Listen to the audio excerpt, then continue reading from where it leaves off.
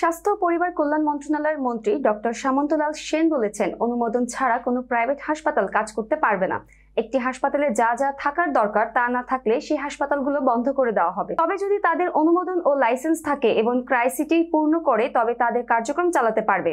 শনিবার বিকেলে পঞ্চগড়ের বোদা উপজেলা স্বাস্থ্য কমপ্লেক্স পরিদর্শনে এসে তিনি এসব কথা বলেন। এই সময় তিনি বলেন, স্বাস্থ্যসেবার মান বৃদ্ধি সহ ঢাকা শহর বাদ দিয়ে জেলার হাসপাতালগুলো চিকিৎসা ও সেবার মান বৃদ্ধি করতে এবং সমস্যা দেখতেই এই পরিদর্শন। এই সময় পঞ্চগড় 2 আসনের সংসদ সদস্য নুরুল ইসলাম সুজন, জেলা প্রশাসক Zahurul Islam, police super S M. Sirajul Huda, Panchagarh civil surgeon doctor Mostafizur Rahman, আধুনিক সদর হাসপাতালের পরিচালক রাজিউর রহমান রাজু, বোদা উপজেলার নির্বাহী কর্মকর্তা শাহরিয়ার নজির, উপজেলা স্বাস্থ্য ও পরিবার পরিকল্পনা কর্মকর্তা ডক্টর লুৎফুর কবির প্রমুখ। চিকিৎসাটাকে ব্যবস্থা সুন্দরভাবে করবো সেই লক্ষ্যে আমার এই পরিদর্শন। আমি অলরেডি চিটাগাং ডিভিশন গেছি, সিলেট ডিভিশন, আজকে এখানে আসলাম, এরপরে রংপুর, রাজশাহী, খুলনা, দক্ষিণবঙ্গ সব জায়গায় যাব।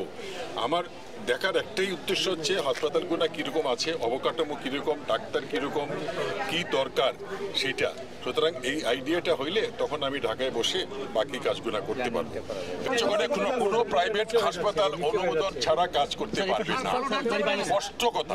যদি তাদের অনুমোদন থাকে, যদি তাদের লাইসেন্স থাকে, তারা কাজ করতে পারবে।